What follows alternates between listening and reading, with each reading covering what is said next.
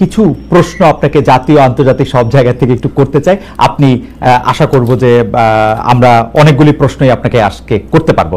আমরা শুরু করছি আপনাকে প্রশ্ন করার জন্য। প্রথমে একটু আন্তর্জাতিক অঙ্গনের দিকে একটু আপনার দৃষ্টি ফেরাতে চাই ডক্টর শফিক।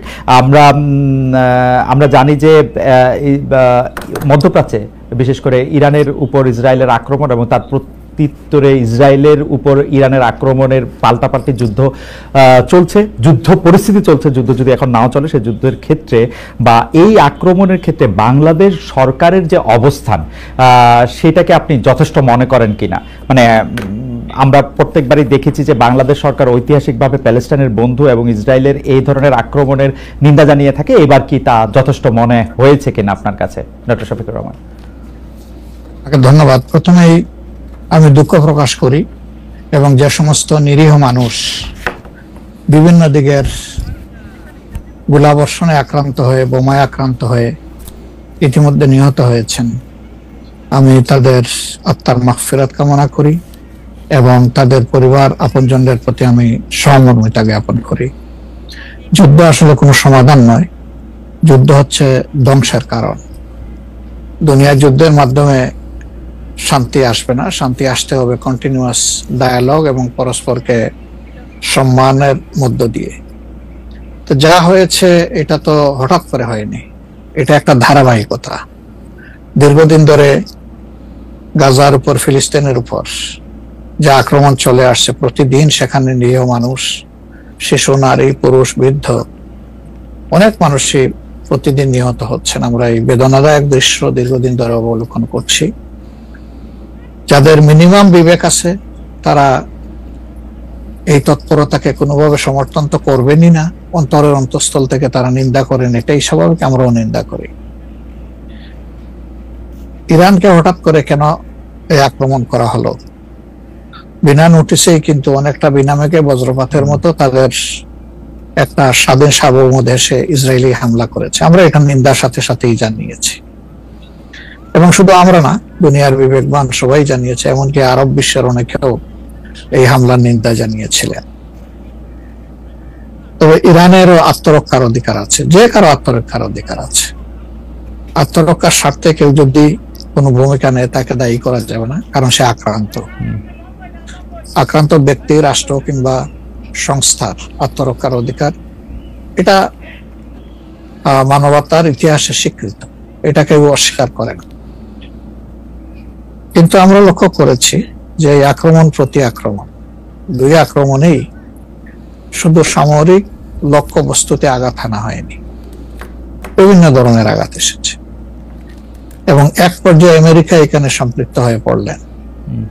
অথচ আমেরিকার জায়গা থেকে এই যুদ্ধ থামানোর ভূমিকা নেওয়াটাই ছিল উচিত, সেটা হয়নি, বরঞ্চ যুদ্ধে জড়ায় পড়ল আমেরিকা এবং আমেরিকাও ইসরায়েলের মতোই বরঞ্চ এর চেয়ে ভয়াবহ আক্রমণ করে বসলো ইরানের উপর। আসলে এগুলা কোনোটাইকে আমরা সমর্থন করি না। এখন আপনার প্রশ্ন হচ্ছে যে বর্তমান সরকার যেটুকু কনসার্ন ব্যক্ত করেছে এটাকে আমরা যথেষ্ট মনে করি কিনা। আসলে যথেষ্ট তো হলো যে মুসলিমের পাশে সরাসরি দাঁড়াইতে পারবে, ওটা তো আমরা কেউ পারছি না। বরঞ্চ আমরা আমাদের নৈতিক সমর্থন দিয়ে এবং অন্যায়ের বিরুদ্ধে নিন্দা অথবা প্রতিবাদ জানিয়ে আমরা আমাদের অবস্থান স্পষ্ট করতে পারি। সরকার যা করেছে, আশা করি আপনার এবং আমার এই আলোচনার মাধ্যমে সরকার আরো বেশি উপলব্ধি করবে যে তাদের আরো কিছু করণীয় ছিল।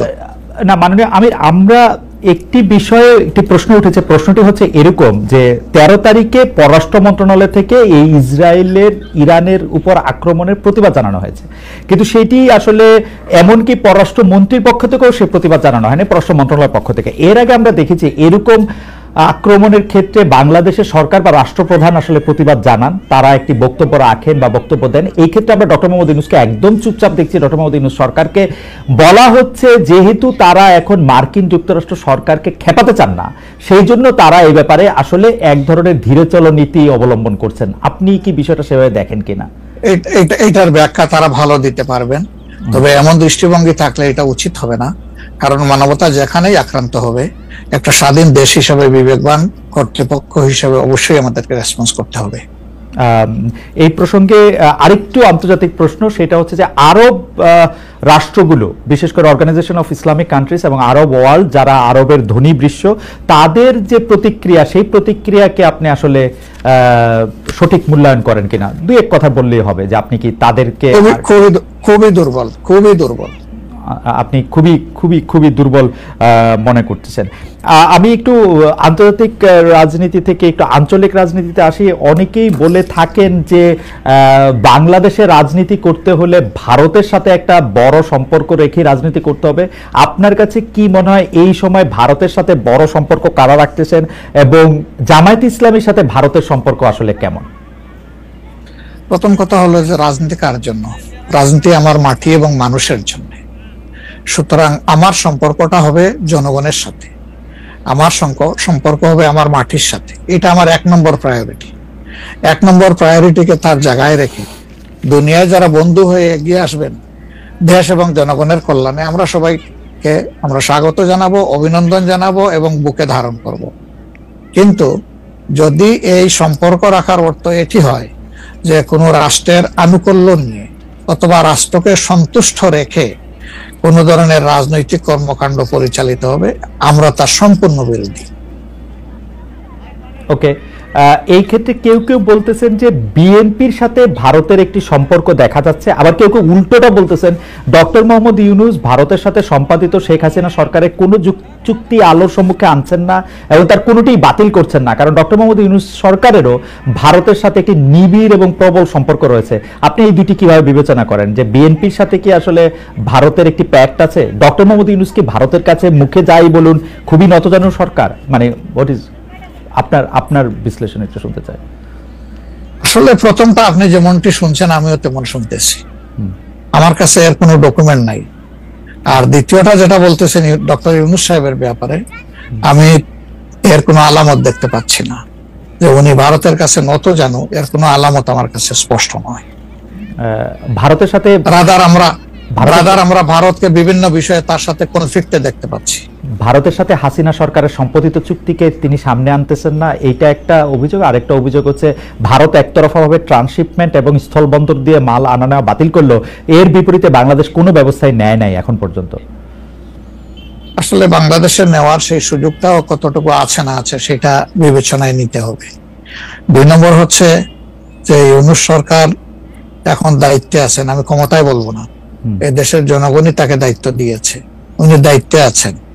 উনি দায়িত্বে আসার পরে এটা ঠিক যে ভারত বলেছে নির্বাচিত সরকার আসলে তারা দেশকে সহযোগিতা করবে, তা এখানে কি বার্তা দেওয়া হলো তাহলে? সুতরাং এটা কোনোভাবেই টিকে না বিষয়টা। আর এই সরকারের অনেকগুলা প্রায়োরিটি আছে। চুক্তি সম্পাদন হয়েছে 2টা মানে সরকারের মধ্যে ইতিপূর্বে। সেই সরকার নির্বাচনে তার আইনগত এবং নৈতিক বৈধতা কতটুকু ছিল সে নিয়ে হয়তো প্রশ্ন থাকতে পারে, কিন্তু 2টা সরকারের মধ্যে চুক্তি সম্পাদিত হয়েছে এবং পলিটিক্যাল গভর্নমেন্ট দুইটাই, ইন্ডিয়া পলিটিক্যাল গভর্নমেন্ট, বাংলাদেশেও পলিটিক্যাল গভর্নমেন্ট। এই ধরনের কিছু ম্যাটার আছে যেগুলো আসলে পলিটিক্যাল গভর্নমেন্টকেই রিজলভ করতে হবে। যেমন কিছুদিন আগে আপনারা মানবিক করিডোর নামে একটা বিষয়ের কথা শুনেছেন, আমরা কিন্তু A to Z বলেছি নো, এটাই সরকারের ফাংশন হওয়া উচিত। এরপরে পোর্ট হ্যান্ডলিং এর ব্যাপারেও কথা এসেছে, সেখানে আমরা বলেছি যে এটাও এত বড় বিষয়ে সরকারের হাত দেওয়া উচিত হবে না, এই ব্যাপারে আমাদের অবস্থান স্পষ্ট। সুতরাং তারা আরো যে প্রায়োরিটি গুলো আছে, বিশেষ করে কিছু বেসিক রিফরমেশন না করলে আগামীতে একটা গুড গভর্নেন্সের জন্য একটা গুড সরকার গঠন করা সম্ভব হবে না, একটা ভালো ইলেকশন হবে না, এই বিষয়গুলোকেই এখন মূলত প্রাধান্য দেওয়া হচ্ছে।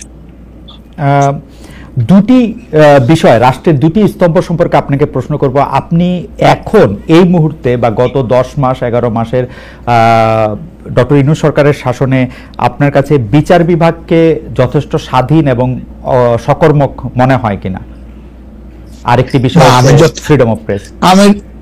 আমি যথেষ্ট স্বাধীন মনে করি না। যতদিন পর্যন্ত বিচার বিভাগ সম্পূর্ণভাবে আলাদা না হবে নির্বাহী বিভাগ থেকে, ততদিন পর্যন্ত এটাকে স্বাধীন বলা যাবে না। যেমন বিচার বিভাগের একটা ডিমান্ড আমাদের আছে যে এটাকে স্বাধীন করার জন্য স্বাধীন সচিবালয় গঠন করতে হবে, সেটা এই সরকারের একটা অঙ্গীকারের মতোই ছিল, কিন্তু এখন পর্যন্ত সেটা হয়নি। আমরা এটা দেখতে চাই যে অবিলম্বে সেটা হোক। যদি স্বাধীন সচিবালয় কায়েম নাই হয় তাহলে বিচার বিভাগ স্বাধীন হবে কিভাবে? নির্বাহীর অধীনে থাকে তো বিচার বিভাগ স্বাধীন হতে পারে না। এমনিতে আমরা সারা দেশে যে বিচার আদালতগুলি দেখি বা আমাদের যে আপিল আদালত অর্থাৎ হাইকোর্ট বিভাগ এবং আপিল ডিভিশন যে রায়গুলি এই পর্যন্ত দিয়েছে বা দিচ্ছে, আপনার সাথে তো সারা বাংলাদেশের সবাই কানেক্টেড। আপনার কাছে কি মনে হয় যে তারা স্বাধীনভাবে কাজ করতে পারছে, নাকি নির্বাহী বিভাগ আওয়ামী লীগ সরকারের মতোই বা পূর্ববর্তী অন্য রাজনৈতিক সরকারের মতোই প্রভাব বিস্তার করেই চলছে? ইউনূস সরকারও আসলে সুপ্রিম কোর্টের পজিশনটা আমার কাছে আমি প্রথমে আনতে চাই। এখন যিনি প্রধান বিচারপতির দায়িত্বে আছেন তাকে, তার পারফরমেন্সকে আমরা যতটুকু পর্যবেক্ষণ করার সুযোগ পেয়েছি, আমাদের মনে হয়েছে তিনি তার বিবেক এবং তার স্বাধীন চেতা মানসিকতার জায়গা থেকেই তিনি পারফর্ম করছেন।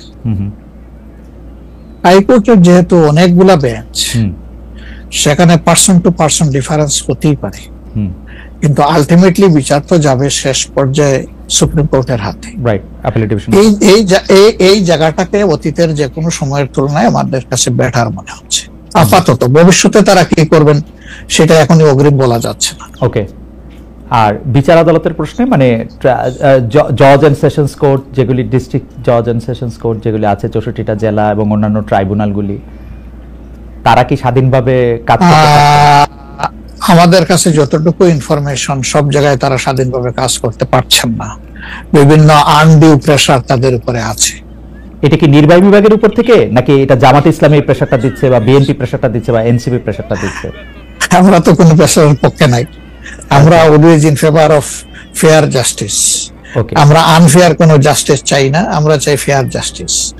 এখন আর কারা দিচ্ছে না দিচ্ছে, আপনার টক শোতে আপনি মেনি টাইমস বলেছেন, আমাকে উত্তর দেওয়ার দরকার নাই। আপনি যথেষ্ট জনগণের পক্ষে মতামত ব্যক্ত করার জন্য আপনি বহু সময় এই কথাগুলো রিপিট করেছেন। আমরা কিন্তু এর পক্ষে নাই এবং আমাদের বিরুদ্ধে এই ধরনের কোনো কমপ্লেইন কোথাও নেই। আর যদি ফ্রিডম অফ প্রেসের কথায় আসি, অর্থাৎ সংবাদপত্রের স্বাধীনতা বা গণমাধ্যমের স্বাধীনতার প্রশ্নে আপনার কাছে এই 10 মাসের বিবেচনা যদি চাই বা বিচার যদি চাই, আপনি কেমন দেখছেন যে স্বাধীনভাবে মত প্রকাশ করা যাচ্ছে কিনা? মানে সংখ্যা, যারা সংখ্যায় কম তারাও তাদের মতামত দিতে পারছে কিনা? জি না, সেটা আমি আসতেছি। যদি আপনি in comparison two previous period, that is last 15.5 years, even another 2 years you can add with it. সকল কেয়ারটেকার সরকারের 2 বছর, পরবর্তী 15.5 বছর। অনেক সময় প্রেস আমাদেরকে বলতো, আমরা যখন জিজ্ঞেস করতাম যে এই ধরনের একটা জলজ্জন্ত মিথ্যাচার কেমনে করলেন, ওই যে কিছু করার নাই, স্ক্রিপ্ট লেখা ছিল, আমাদেরকে এটা জাস্ট ব্রডকাস্ট করতে হয়েছে। তো এখন সেই পরিস্থিতি এরকম নাই বলে আমাদের কাছে মনে হয়। তারপরেও আমরা প্রেসের কাছ থেকে বিভিন্ন সময় শুনি তাদের কিছু কনসার্নের জায়গা এখনো বিদ্যমান। কেউ কেউ এখনো তাদের উপরে আনডিউ প্রেসার দিয়ে থাকেন, এটা করতে পারবেন, এটা করতে পারবেন না। এটা যদি থাকে, একটা মিনিমাম রেঞ্জেও থাকে, তাহলে তো আমরা কমপ্লিট ফ্রিডম অফ স্পিচ বলতে পারছি না, ফ্রিডম অফ এক্সপ্রেশন আমরা বলতে পারছি না। এটা কিছুটা যে এখনো প্রিভেল করছে, এটা আমরা অনুভব করি। তবে আমরা ফিল করি যে প্রেসকে তাদের মতোই রোল প্লে করতে দেওয়া উচিত। আর প্রেসের কাছেও আমাদের প্রত্যাশা, তারা যেন সাদাকে সাদাই বলেন, সাদাকে অন্তত ধূসর বানাবেন না, এবং কালোকেও তারা মানে সার্ফ এক্সেল দিয়ে সাদা বানাবেন না। 5 আগস্টের পর এই প্রশ্ন অবশ্য অনেকবার আপনার সামনে এসছে। তারপর আমি আপনাকে বলি, যেহেতু আপনার সাথে আমার দেখা হচ্ছে নতুন একটা ঘটনার পরে, এই প্রসঙ্গে নতুন একটা ঘটনার পরে, আপনি কিন্তু যে কোনো জায়গাতে এক ধরনের সমন্বয়ের প্রত্যাশী একজন মানুষ, ক্ষমা করার পক্ষে একজন মানুষ। আপনি সর্বশেষ যে আওয়ামী লীগের রাজনীতি নিষিদ্ধ করা হলো এবং দলকে আসলে তার সকল কার্যক্রম নিষিদ্ধ করা হলো, এইটা নিয়ে আমরা দেখেছি যে আপনার দলকে যারা সমর্থন করেন তারাও সেই নিষিদ্ধের দাবি করেছেন। কিন্তু আমি আপনার পার্সোনাল মতামত জানতে চাই যে আপনি এটা আসলে লাইক করেছেন কিনা, বা আপনি এটা পছন্দ করেছেন কিনা, বা আপনার যদি একক ক্ষমতা নেয়ার মানে সিদ্ধান্ত নেয়ার, আপনি আপনার একক সিদ্ধান্ত প্রয়োগ করতেন, তাহলে আপনি এটা করতেন কিনা? দেখেন, এখানে অনেকগুলো বিষয়। আমাকে ইদানিং ফরেন মিশনের যারা বাংলাদেশে আছেন, এনভয় বা আপনার রাষ্ট্রদূত যারা আছেন, তারাও জিজ্ঞেস করেন যে ন্যাশনাল রিকনসিলিয়েশনের একটা জায়গা থাকা উচিত কিনা। আমি বলি অবশ্যই উচিত। তবে বিষয়টা হলো যে আমাদের ওন্ড গুলা একদম তাজা, ট্রমা গুলা এখনো মেন্টাল এবং ফিজিক্যাল ট্রমা এখনো বিদ্যমান, হাসপাতালের বেডে এখনো রয়ে গেছে ইনজিওর্ড পার্সন গুলো। শহীদ পরিবারের অনেকেই তাদের আপনজনের লাশও এখন পায় না, লাশের সন্ধান বা কবরের সন্ধানও পায়নি। সো এটা একদম তাজা একটা বিষয়। যেমন আমরা যদি সাউথ আফ্রিকার কথা ধরি, তাহলে ডিকেডস আফটার ডিকেডস এটাকে হিলিং করতে, রিকনসিলিয়েশনে আনতে সময় লেগেছে। অর্থাৎ মিনিমাম একটা সময় দিতে হবে। আওয়ামী লীগের ক্ষেত্রে কি হয়েছে, তাদেরকে নিষিদ্ধ করা হয়নি, তাদের কার্যক্রমের উপরে মানে নিষেধ আরোপ করা হয়েছে, তারা ফাংশন গুলা করতে পারবে। 15.5 বছর তো তারা সুযোগ পেয়েছিলেন এই দেশে ফেয়ার ডেমোক্রেসি, তারা চাইলে কিন্তু কালচার করতে পারতেন এবং ইতিহাসে স্মরণীয় হয়ে থাকতে পারতেন। কিন্তু আসলে আপনিও তো তাদের অনেক কর্মকাণ্ডের প্রতিবাদ করেছেন অত্যন্ত জোরালো ভাবে। আগের আপনার ঠিকানা থেকে, বর্তমান ঠিকানা থেকে, সব জায়গা থেকে আপনি যেখানে যখন ছিলেন আপনি করেছেন। কেন করলেন? এই জিনিসগুলো অ্যাকসেপ্টেবল ছিল না, এই জন্যই তো করেছেন। তো তারা তো 15.5 বছর মানুষকে তাদের কোনো ডেমোক্রেটিক এবং পলিটিক্যাল রাইট দেয় নাই, জাস্টিস পাওয়ার রাইটটাও তারা স্ন্যাচ করে নিয়েছিল। এই ধরনের সবগুলা রাইটই তো কার্যত তারা কেড়ে নিয়েছিল। আপনি যদি প্রেসের কথা বলেন, এখন তো অ্যাটলিস্ট যখন তখন যাকে তাকে প্রধান উপদেষ্টাকে একটা কথা বলেছে ঢুকাই দাও, মামলা একটা দিয়ে তাকে সাথে সাথে ঢুকাই দাও, এই কাজটা এখন হচ্ছে না। আয়নাগরের ঘটনা তো এখন একটু হইতেছে। মাননীয় আমির, একজন ইউটিউবার আছেন সাব্বির, তাকে জেলে দিয়ে দেওয়া হয়েছে প্রধান উপদেষ্টাকে, কি জানি বলছে। না আমি বলতেছি সেটা, আমি বলছি যখন তখন হচ্ছে না, ঘন হচ্ছে না, 2-1টা কেস হইতেই পারে, এটা এক্সেপশন। কিন্তু আগে তো এটা ছিল প্র্যাকটিস এন্ড র্যান্ডম, এটা কিন্তু এখন হচ্ছে না। তারপরে আপনি দেখেন যে আয়নাগরের যে বিষয়টা, মানুষকে ধরে নিয়ে ঢুকাই দাও, হোয়ার অ্যাবাউট কেউ জানে না, তার ফ্যামিলি জানে না যে মানুষটা বেঁচে আছে নাকি মরেই গেছে। যদি মরে যায় তার কবর কোথায়, আদৌ জীবনে দেখবো কিনা তার কবরটা, সেটাও তো প্রশ্ন। এরকম তো ঘটনা ঘটেছে। এবং যাদেরকে আয়নাগরে নেওয়া হয়েছে তারা কিন্তু সবাই ফিরে আসেননি, তারা অনেকেই এখনো আমরা জানি না তারা কোথায় আছে, আদৌ বেঁচে আছেন কিনা। তো এগুলা তো এখন হচ্ছে না। আর বায়বীয় মামলা যেটা বলা হয় সরকারের পক্ষ থেকে, এখন সরকারের পক্ষ থেকে সেরকম মামলা নেই। এখন মামলা হচ্ছে পলিটিক্যাল যারা বিভিন্ন পার্টিজ আছেন তারা, সেই ক্ষেত্রে এক এক দলের এক একটা দৃষ্টিভঙ্গি। আমাদের দৃষ্টিভঙ্গি হচ্ছে যে for fair justice, complaint of পুরো অ্যাট্রোসিটি করেছেন যারা এটার পারপিটেটর, তাদেরকে ডিরেক্ট যারা আছেন তাদেরকে বাদ দিয়ে আমরা কোনো মামলায় কাউকে আসামি করিনি। এই জন্য আমাদের মামলায় শত কোনো আসামি নেই। অন্যান্য সংস্থার বা দলের বা অথরিটির থাকতে পারে। তো এই জিনিসগুলোর কিছুটা হলেও ডেভেলপমেন্ট হয়েছে, কিন্তু আরো অনেক হওয়ার প্রয়োজন আছে এবং সুযোগ আছে।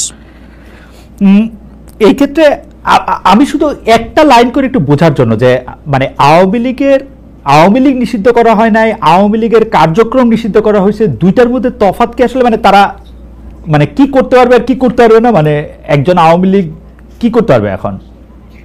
মানে আমার একটা আন্ডারস্ট্যান্ডিং আছে আওয়ামী লীগ নিষিদ্ধ, তা আপনি বলতেছেন না দুইটার মধ্যে একটু তফাৎ আছে। তফাৎটা কি আসলে? দেখেন, নিষিদ্ধ তো আমাদেরও করা হয়েছিল, তাই না? এবং একবার না, আমাদের এই সংগঠনের জন্মের পরে দফায় দফায় আমাদেরকে নিষিদ্ধ করা হয়েছে। নিষিদ্ধ যখন কোনো সংগঠনকে করা হয় তখন এই সংগঠনের ব্যক্তিরাও বিভিন্ন ধরনের সমস্যায় পড়ে যান, এর সাথে রিলেটেড ব্যক্তিরা, এমনকি তাদের স্বাভাবিক জীবনযাত্রাটাও তাদের পক্ষে চালায় নেওয়া সম্ভব হয়। তারা যদি সমাজের কোনো ক্রিমিনাল ব্যক্তি নাও হয়ে থাকেন, তবুও তাদের উপরে সমস্যা আরোপ হয়েছে। কিন্তু যখন কার্যক্রম নিষিদ্ধ থাকবে তখন ওই পলিটিক্যাল কার্যক্রম গুলা ছাড়া বাকি জীবনের সবই তো তারা করতে পারবে, করছে তো। আচ্ছা, তারা তো এই দেশ ছেড়ে সবাই তো আর চলে যান, সবাইকে জেলেও ঢুকানো হয়নি। এইটা একটু পরিষ্কার হয়েছে। জনাব যুদ্ধাপরাধের মামলায় জামাত নেতা এটিএম আজহারুল ইসলাম খালাস পাওয়ার পর আপনি একটি সংবাদ সম্মেলনে বলেছেন, জামায়াতে ইসলামী বা তার কোনো নেতাকর্মীর মাধ্যমে কেউ ক্ষতিগ্রস্ত হয়ে থাকলে তার কাছে নিঃশর্ত ক্ষমা চাই। এই ক্ষমা প্রার্থনায় কি ৭১ মুক্তিযুদ্ধের সময়টাও আছে কিনা সেটা সেদিন আপনি স্পষ্ট করেননি, আজকে এটা স্পষ্ট করবেন? মানে আপনি, অনেকেই প্রশ্ন করছেন যে জামায়াতের মাননীয় আমির ক্ষমা কিসের জন্য চাইলেন, মানে ৪৭-এর পর থেকে শুরু করে আজকে পর্যন্ত শুধু 71 না, 47-এর পর থেকে শুরু করে আজকে পর্যন্ত আমাদের দ্বারা যত মানুষ যত জায়গায় কষ্ট পেয়েছে, কেউ যদি ক্ষতিগ্রস্ত হয়ে থাকে, সেই মানুষগুলো তাদের সকলের কাছে আমি বিনা শর্তে ক্ষমা চেয়েছি। কেন ক্ষমা চেয়েছি? আমরা মানুষ, ইন্ডিভিজুয়াল মানুষ যেমন ভুল করতে পারে, মানুষের সমষ্টি একটা দলেরও বিভিন্ন ভুল সিদ্ধান্ত থাকতে পারে। কোনটা ভুল কোনটা সঠিক ইতিহাস এটা নির্ধারণ করবে। আজকে যেটাকে ভুল বলা হচ্ছে, কালকে এটাই হয়তো সবচেয়ে বড় সঠিক হিসাবে প্রমাণিত হবে। আর ইতিহাসের পালাবদলে রাজনীতিতে সবাই জিতে না, কেউ জিতে কেউ হারে। আমরা আদর্শবাদী একটা দল, আমরা বিশ্বাস করি আমরা মানুষ ভুলের ঊর্ধ্বে নই। আমাদের দ্বারা, আমাদের সহকর্মীদের দ্বারা মানুষ বিভিন্ন ক্ষেত্রে কষ্ট পেতে পারে, ক্ষতিগ্রস্ত হতে পারে। আমি সব কিছুর জন্য কোনো শর্ত আরোপ না করেই মাপ চেয়েছি।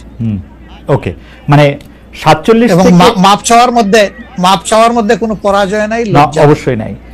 47 থেকে আজ পর্যন্ত যে কোনো কিছুর জন্য মানুষ আপনাদের কাছ থেকে যদি কোনো ধরনের আঘাত পেয়ে থাকে, তার জন্য আপনি দুঃখ প্রকাশ করেছেন বা ক্ষমা চেয়েছেন। এর ভিতরে সব ঢুকে গেছে, কোনো কিছু বাদ নাই। ওকে, এভরিথিং ইনক্লুডেড। আচ্ছা, এবং এটা আনকন্ডিশনাল, মানে অ্যাপোলজি দিয়ে আনকন্ডিশনাল পার্ডন সিক করেছে।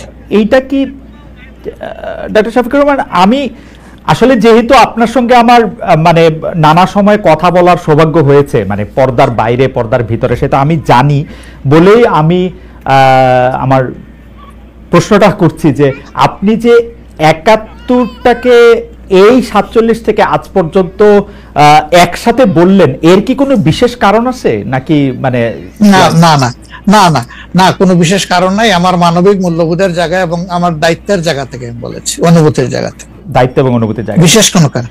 আচ্ছা, আমি আবার 2-3 দিনের ঘটনা একটু আসি। আমরা 2টা ঘটনা আমরা দেখেছি যে আমাদের অনেককে ব্যথিত করেছে। একটা হচ্ছে লালমনিরহাটে একজন যিনি নরসুন্দর, তিনি এবং তার ছেলেকে খুব আয়োজন করে মারধর করা হচ্ছে এবং তাদেরকে টেনে নিয়ে পুলিশের কাছে নিয়ে যাওয়া হয়েছে। এবং আরেকজন যিনি 2018 সালের ডিসেম্বরের রাতের ভোট বলে খ্যাত নির্বাচনের যে প্রধান নির্বাচন কমিশনার, তাকে আসলে খুবই অপমানজনকভাবে মানে থানায় নিয়ে যাওয়া হয়েছে এবং সেটা আবার ভিডিও করা হয়েছে।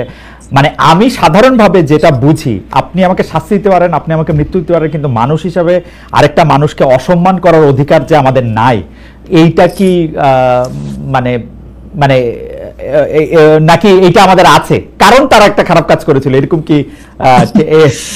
মানে আমি জানি না, মানে অনেকে তার জি আপনি বলেন আরেকজন খারাপ কাজ করেছেন বলে আমিও করব, এটা কোনো যুক্তি?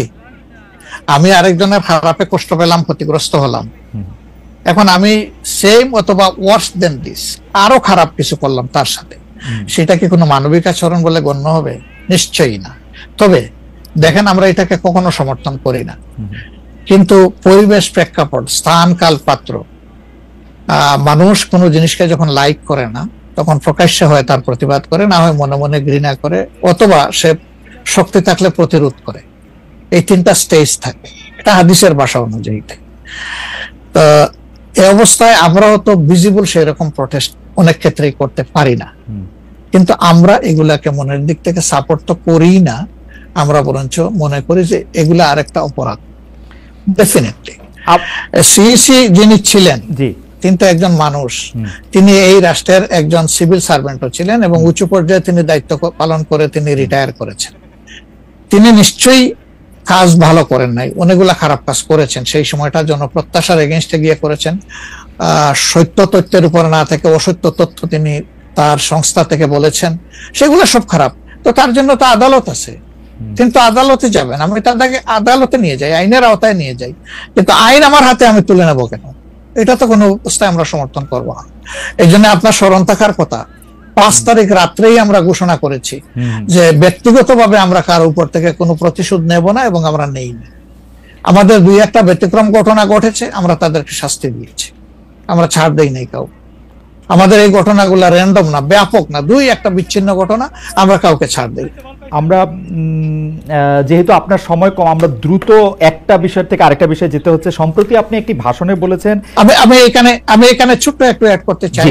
এই যে মব, যেটাকে এখন মব বলা হচ্ছে, এর চাইতে কিন্তু আরো নিকৃষ্ট মব কিন্তু গত 15.5 বছর মানুষ প্রত্যক্ষ করেছে। ইভেন আপনাদের সাংবাদিকদের সাথে হয়েছে, আরো অনেকের সাথে, পলিটিশিয়ানদের সাথে তো এগুলা কোনো ডাল ভাত, কোনো ব্যাপারই ছিল না। সিভিল সোসাইটির মানুষের সাথে, শিক্ষকদের সাথে,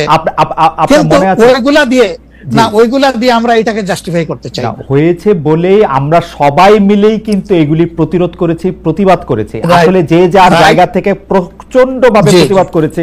আমার মনে আছে ডয়েচে ভেলেতে থাকতে আমি একবার শেখ হাসিনার নাম করে এতবার বলতেছিলাম যে কেন তিনি এটি করবেন, কেন তার এটি সমালোচনা করা যাবে না, এবং কেন তার এটা, মানে আমার মনে আছে যে মানে আমার সাংবাদিকতায় আমি কোনো সময় অ্যাক্টিভিজম করতে চাই না বা অ্যাক্টিভিজমের জায়গা থেকে, কিন্তু এইগুলির প্রতিবাদ আমরা সবাই মিলেই আসলে করেছিলাম, যে যার অবস্থান থেকে। এখন আমাদেরকে করতে হবে। এখনো যদি আমরা সেই জায়গার মধ্যেই থাকি এবং কেউ কেউ আমরা এটা বলি যে তারা করেছে সেজন্য এটা ঠিক আছে, সেইটার ব্যাপারে আপনার কাছে বিচার দিতে চাইছি। প্রশ্নই ওঠে না, এটাকে সাপোর্ট করা যাবে না। আরেকজন অন্যায় করেছে তাই আমি আরেকটা অন্যায় করবো, এটা চলবে না। আর তাইলে আমরা ভালোর দিকে আগাবো কিভাবে? অ্যাবসলিউটলি আমরা আগাতে পারবো। আপনি সম্প্রতি এক ভাষণে বলেছেন, আরেকটা প্রসঙ্গে যাই, যে সেই গণতন্ত্র হালাল যার মাধ্যমে আল্লাহর বিধান কায়েম করা যাবে, বুলেট নয় ব্যালটের মাধ্যমে যেতে হবে। এটা আপনি বলেছেন হাদিসের রেফারেন্স দিয়ে। আপনার এই বক্তব্যের প্রতিবাদ করেছেন মুফতি ডক্টর সাইয়েদ মোহাম্মদ এনায়েতুল্লাহ আব্বাসী সিদ্দিকী। রোববার ফেসবুক এক পোস্টে দাবি করেছেন যে তিনি হাদিসের সুস্পষ্ট অপব্যাখ্যা করেছেন। আপনি এক লাইনে আবার একটু ব্যাখ্যা দিবেন কিনা?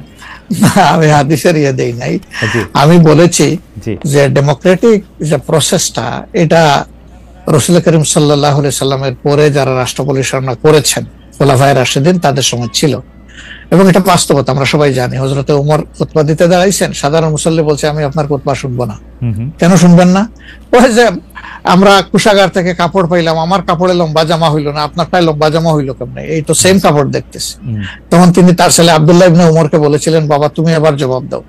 তিনি দাঁড়াইয়া বললেন যে দেখেন, বাবা তো রাষ্ট্রের দায়িত্বশীল, তার সাথে বিভিন্ন বিদেশি প্রতিনিধি দল আসে, এই রাষ্ট্রের সম্মানে আমি বাবাকে বলেছিলাম যে বাবা আমাদের পোশাক 2 টুকরা করে কাটার দরকার নাই, আপনি অনুমতি দিলে আমি কুশাগারকে রিকোয়েস্ট করতে চাই যে আমাদের 2 পিস না কেটে দিয়ে দেওয়ার জন্য, সেটা দিয়ে আপনি জামা বানাবেন। তো আমার বাবা এবং আমার 2 পিস মিলে উনার 1 পিস হয়েছে, এবং তাই উনার জামা লম্বা। তো লোকটা বসে আল্লাহ শুকরিয়া আদায় করে বললেন যে খলিফাতুল মুসলিমিন, এবার আপনি আপনার খুতবা দেন, আমি শুনবো, মন ভরে শুনবো। তো এই দেখেন, এটাই তো বিউটি অফ ডেমোক্রেসি। ওই যে আপনি ফ্রিডম অফ এক্সপ্রেশন বললেন, এর চাইতে ভালো ফ্রিডম অফ এক্সপ্রেশন কোথায় পাবেন আপনি? আমি বলেছি যে না, গণতন্ত্র হচ্ছে এটা কোনো ইজম না, এটা আপনি নিজেও জানেন। গণতন্ত্র কোনো মতবাদ না, it's a way to establish your ism. আপনি যেটা চয়েস করেন, এটা ক্যাপিটালিজম হইতে পারে, সোশ্যালিজম হইতে পারে, কমিউনিজম হইতে পারে, এরকম যেটাই হোক সেটা আপনি করবেন। কিন্তু এটা একটা ওয়ে, এই বাহনের উপরে আপনি চড়ে যাবেন। সেটা যদি আল্লাহর দিন কায়েমের উদ্দেশ্যে হয় তাহলে অবশ্যই এটা মুসলমানদের জন্য হারাম হওয়ার কথা না। এখন আমার কথার সাথে তো ডিফার করতেই পারেন, উনি একজন লার্নেড মানুষ, আমি তাকে রেসপেক্ট করি, এবং তারও ডিফারেন্সটাকেও আমি রেসপেক্ট করি, কারণ এটা না হলে তো আপনার ফ্রিডম অফ এক্সপ্রেশন থাকবে না, এবং মাল্টিকালচারাল সোসাইটিও বিল্ড আপ করা সম্ভব হবে না। আচ্ছা, অ্যাবসলিউটলি ফাইন। আচ্ছা, আপনি শুক্রবার একটা দলীয় কর্মসূচিতে বলছেন যে দিন কায়েমের চেষ্টা বা প্রচেষ্টা ঐচ্ছিক নয়, মুমিনের উপর ফরজ। আরবার আপনাদের দীর্ঘদিনের একটা স্লোগান হচ্ছে এরকম, আল্লাহর আইন চাই। এখন একটি নতুন প্রচারণা, মানে অনেক দলকেই ক্ষমতায় দেখা যায়, মানে জামাত ইসলামের একটা নতুন প্রচারণা এরকম যে অনেক দলকে ক্ষমতায় দেখা হয়েছে, জামাতকে একটিবার সুযোগ দেওয়া হোক, আপনারা যদি নির্বাচনে জিতে ক্ষমতায় যেতে পারেন তাহলে কি বর্তমান ব্যবস্থা পাল্টে কোরআন সুন্নাহ ভিত্তিক শাসন বা শরিয়া আইন, শরিয়া ব্যবস্থা চালু করবেন? আসলে দেখেন, কোরআন সুন্নাহ ভিত্তিক মানে অনুশাসন যেটা, এটার ব্যাপারে সমাজের পারসেপশনের ভিন্নতা আছে।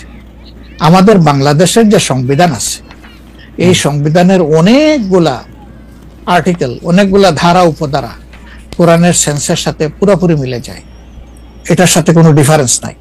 আবার কিছু কিছু ধারা আছে সেখানে কনফ্লিক্ট, কন্ট্রাডিকশন আছে। ওরকম পরিবেশ পরিস্থিতি যখন আসবে, জনগণের প্রত্যাশার আলোকে এটা মানে সবার সাথে ইন্টারেক্টিভ হয়, সবাইকে সাথে নিয়েই ইনশাআল্লাহ ভালো জিনিসগুলোকে আমরা ইনপুট দেবো আল্লাহ থেকে। তবে এটাও মনে রাখার বিষয় যে কোরআনী শাসন হঠাৎ করে আল্লাহ তাআলা এস্টাবলিশের হুকুম দেন নাই, it was a gradual process. For example, মাদক, মাদক কিন্তু দুনিয়ার কেউ কিন্তু এটাকে অ্যাপ্রুভাল দেয় না, বাট এটার প্র্যাকটিস সব জায়গায় আছে, এটা বাস্তবতা। তো সেই মদ যখন হারাম ঘোষণা করা হয়, নিষিদ্ধ করা হয়, তখন কিন্তু 3 পর্যায়ে গিয়ে চূড়ান্তভাবে এটা নিষিদ্ধ করা হয়েছিল। তো এটা গ্রাজুয়াল একটা প্রসেস।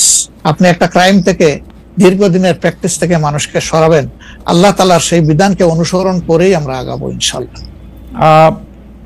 5 আগস্টের পর থেকে বিএনপির পক্ষ থেকে যেহেতু জাতীয় নির্বাচনের দাবি জানানো হয়েছিল, এটা নিয়ে অনেক তাদেরকে রঙ্গব্যঙ্গ করা হয়েছে।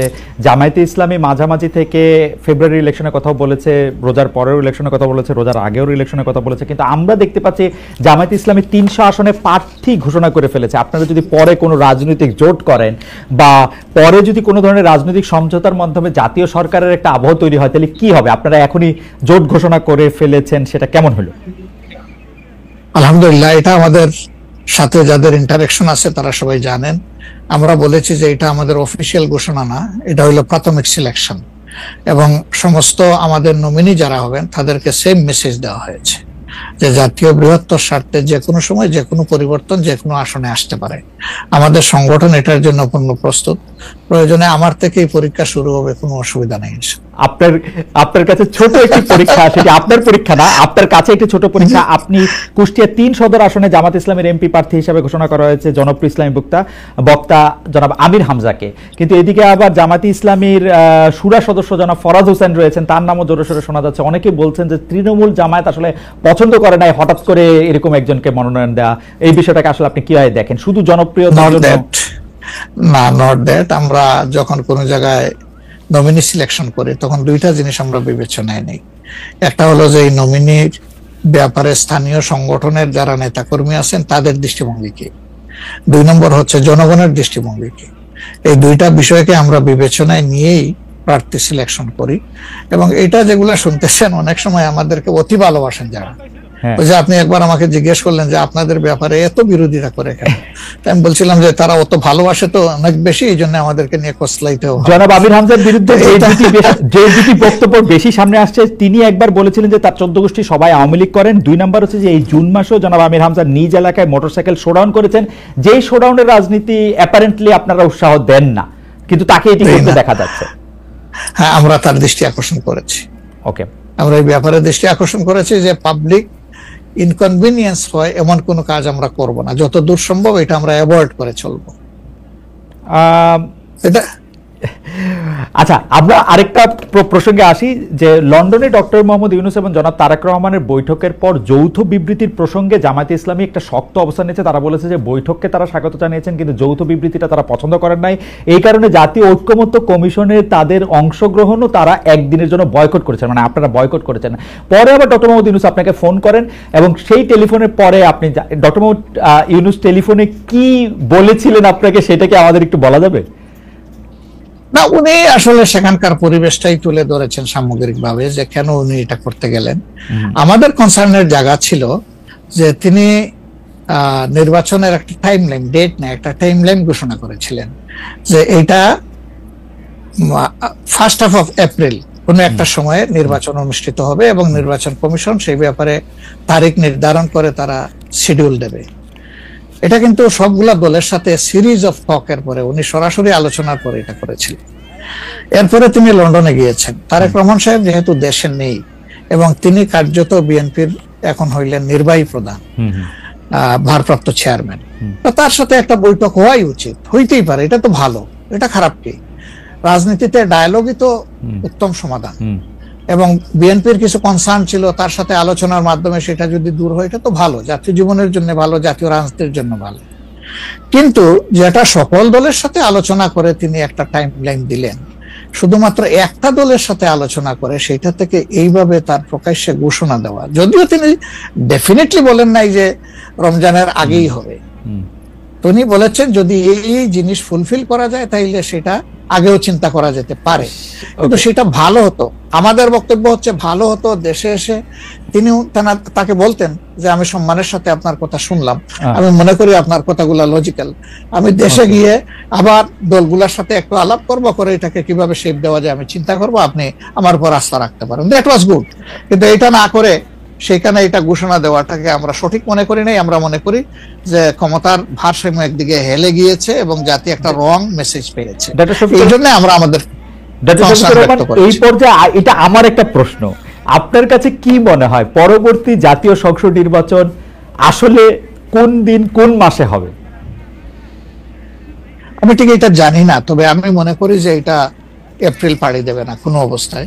আর ফেব্রুয়ারিতে হলে আমি বলেছি সবার আগে, আপনি বলেছেন যে হ্যাঁ, যে ফেব্রুয়ারিতে হলে এটা বেস্ট, কারণ এই সিজনটা আমাদের জন্য কমফোর্টেবল সিজন ইলেকশনের জন্য। আপনার কাছে কি মনে হয় আপনার মনে কি এরকম একটা সম্ভাবনা আপনি দেখতে পান যে এটা রমজানের পরেও আসলে যেতে পারে? সেই ক্ষেত্রে রমজানের সময় আপনাদের ক্যাম্পেইন করতে হবে।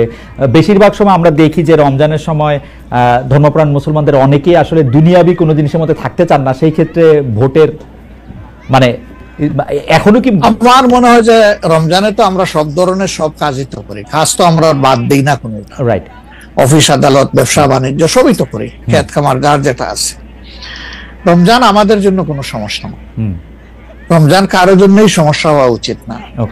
কোন দল বলেছেন যে রমজানে ক্যাম্পেইন করতে গেলে অনেক ইফতার মাহফিল হবে, সেখানে প্রচুর টাকা খরচ করতে হবে। আপনি করবেন না, আপনি ইফতার মাহফিলে মেহমান হিসাবে গিয়ে খেয়ে আসবেন, দোয়া করে দিয়ে আসবেন, অসুবিধা কি? আপনাকে টাকা খরচ করতে হবে কেন? ওই সময় তো এমনিও টাকা খরচ করা ঠিক না, শিডিউল ডিক্লারেশন হয়ে যাওয়ার পরে মানুষকে খাওয়ানো ঠিক না। আপনি খাবেন, অসুবিধা কি? দাওয়াত দিলে যাবেন, খাবেন, কথা বলবেন, মিশবেন, হাত মিলাবেন, এটাও আপনার নির্বাচনী কাজকে আগাবে, কোনো সমস্যা তো নাই। আপনি কোনটা প্রেফার করবেন, মানে ইলেকশনের ডেট ফেব্রুয়ারি আর এপ্রিল? আমরা তো প্রেফার করে বলেছি বেস্ট হইলো ফেব্রুয়ারি, কিন্তু এপ্রিলে হইলে কোনো অসুবিধা নাই। আমরা মনে করি এপ্রিলে হইলে অসুবিধা নাই, তবে এটা ক্রস করা উচিত নয়। এপ্রিল ক্রস করা উচিত না, কোনো অবস্থায় উচিত হবে না। আপনি কি মনে করেন এখন যদি নির্বাচন কমিশন বলে যে তারা ডিসেম্বরে নির্বাচন দিতে চান, তাইলে কি আপনারা আপত্তি জানাবেন না আপনাদের এটা? হ্যাঁ, না, আমরা ওই যে 2-3টা জিনিস বলেছি, যে বেসিক রিফর্ম, তারপরে হচ্ছে আপনার দৃশ্যমান বিচার, প্রবাসীদের ভোট ইনকর্পোরেট করা, এই 3টা জিনিস যদি আমরা মিনিমাম পাই তাহলে ডিসেম্বর কেন, সামনের মাসে হইলে আমাদের কোনো আপত্তি নেই। ডিসেম্বর আমাদের দর্শক, আমরা দেখেন মূল থেকে কখনো বলি নাই যে এই মাসে হতেই হবে, এই শব্দ কিন্তু কখনো আমরা উচ্চারণ করিনি। আমরা এই ব্যাপারে ফ্লেক্সিবল। আমরা প্রধান উপদেষ্টার কমিটমেন্টের উপরে রেসপেক্ট শো করতে চাই।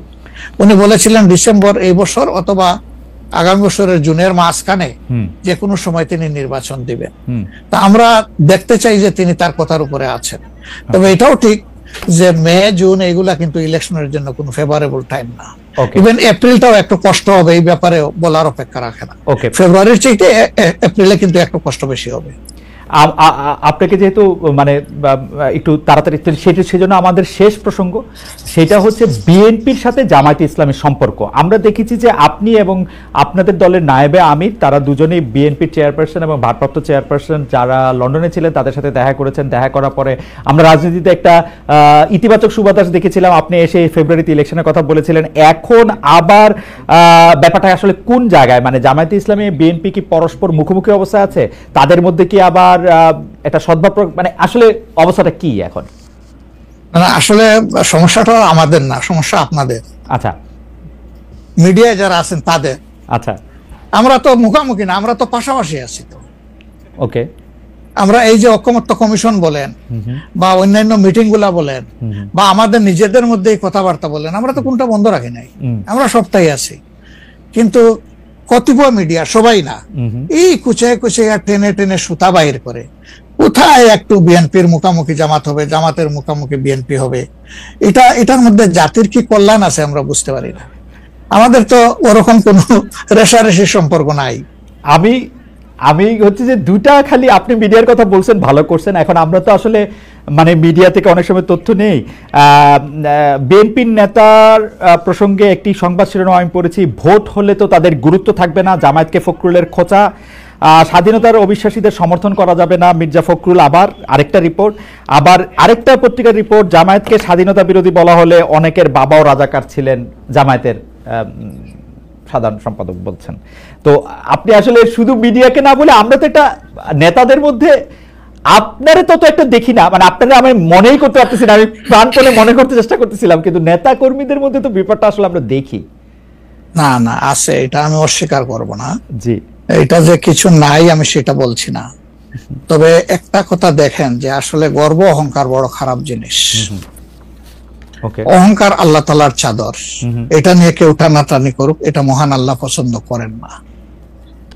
তো গর্ব অহংকার করতে করতেই একদল কোথায় গেছে চিন্তা করেন। তারা তো সব সময় মানুষকে কুচিয়ে কুচিয়ে কথা বলতেন, রাইট। কোথায় তোমাদের ঈদের পরের আন্দোলন, কোথায় গিয়ে আশ্রয় নিবা, এই ধরনের অনেক কথাবার্তা ছিল না? অবশ্যই অবশ্যই ছিল।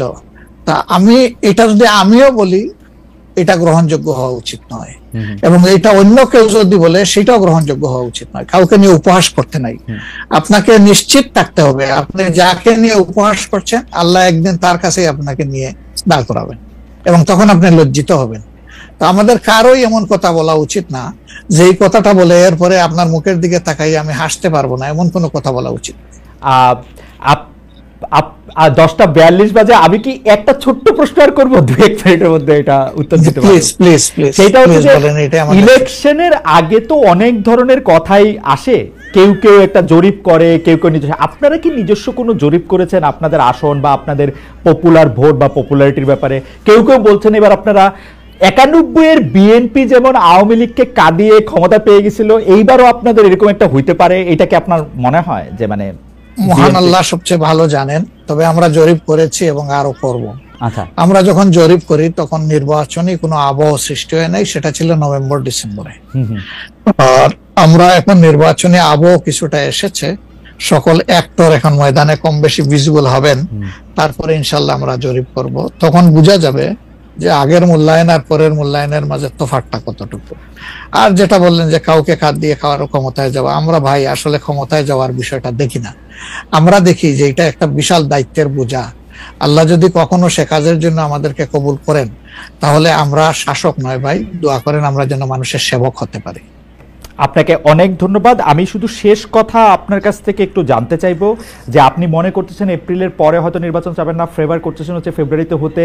আপনি কি আমাদের দর্শকদের উদ্দেশ্যে কিছু বলবেন যাতে একটা নির্বাচনী বা গণতান্ত্রিক আবহাওয়ার মধ্যে যে যার মতো করে আসলে সৎভাবে তার নির্বাচনী ক্যান্ডিডেট বা তার পছন্দের মানুষ বাছাই করতে পারে? এই প্রসঙ্গে থ্যাংক ইউ আমাকে শেষ সুযোগ দেওয়ার জন্য। অবশ্যই প্রথমে আমি দর্শকদের উদ্দেশ্যে বলবো যে অনেক ত্যাগ এবং তিতিক্ষার বিনিময়ে আমাদের স্বাধীনতা পাওয়া, আমাদের 24-এর এই পরিবর্তন পাওয়া, এটাকে আমরা যেন সঠিকভাবে সম্মান করি, মূল্যায়ন করি, এবং দেশে একটা সুশাসন কায়েমের জন্য অবশ্যই পূর্ব শর্ত হচ্ছে একটা ভালো নির্বাচন, সুষ্ঠু নির্বাচন, গ্রহণযোগ্য নির্বাচন।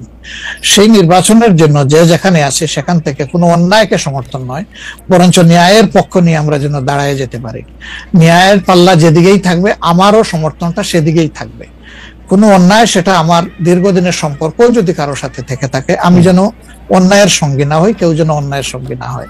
2 নম্বর, যেহেতু প্রবাস থেকে আপনার সাথে আমার এই কথা, সেই কারণে আমি অনুরোধ করব যে প্রবাসীদেরকে শুধুমাত্র রিমিটেন্স যোদ্ধা বলে আমাদের দায়িত্ব শেষ হয়ে যায় না, বরঞ্চ প্রবাসীদের সবচেয়ে বড় অধিকার তাদের ভোটের অধিকার।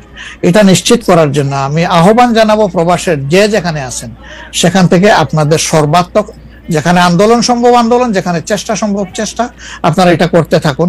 আমরা এই ব্যাপারে অত্যন্ত দৃঢ় প্রতিজ্ঞ যে এটা হওয়া উচিত। নির্বাচন কমিশন স্বীকার করেছে, সরকার স্বীকার করেছে, কিন্তু এখন পর্যন্ত দৃশ্যমান কোনো পদক্ষেপ নেওয়া হয়নি। আমরা উদ্বিগ্ন। আপনাদেরকেও এগিয়ে আসার জন্য আমি আহ্বান জানাবো, যারা বিশেষ করে প্রবাসে আছেন। ভোটের অধিকার ছাড়া অনেকগুলো বেসিক জিনিস আছে, আমি বারবার এগুলা বলেছি, সেগুলো আমাদের কনসার্ন, এবং আমরা কমিটেড। দেশ এবং বিদেশে যারাই আমাদের আছেন তাদের অধিকারের ব্যাপারে আমরা কারোর সাথে কোনো কম্প্রোমাইজ করব না ইনশাআল্লাহ। ডক্টর শফিকুর রহমান, আপনাকে অনেক অনেক ধন্যবাদ। আপনি আপনার সময় দিয়েছেন, আপনার জরুরি কাজ আছে, নাহলে আমরা আরো কিছুক্ষণ আপনার সাথে কথা বলার একটা সুযোগ নিতাম। ভবিষ্যতে নিশ্চয়ই আমাদের সেই সুযোগ আরো হবে।